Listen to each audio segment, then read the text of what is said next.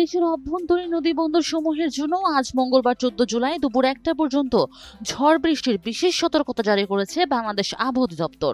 আবহাওয়া অফিসের সর্বশেষ পূর্বাভাসে জানানো হয়েছে, আজ ভোর 5টা থেকে দুপুর 1টার মধ্যে দেশের 19টি অঞ্চলের উপর দিয়ে অস্থায়ীভাবে দমকা অথবা ঝড়ো হাওয়া সহ বৃষ্টি বা বজ্রসহ বৃষ্টি বয়ে যেতে পারে।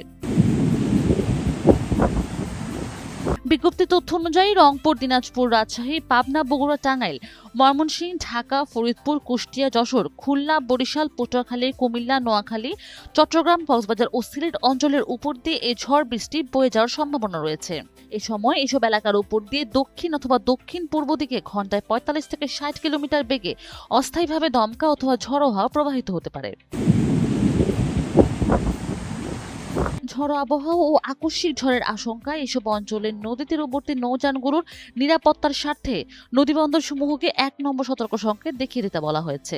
বিরূপ আবহাওয়ার কারণে নদীপথে চলাচলকারী সকল নৌযানকে সাবধানে ও সতর্কতার সঙ্গে চলাচলের পরামর্শ দিয়েছেন আবহাওয়াবিদগণ।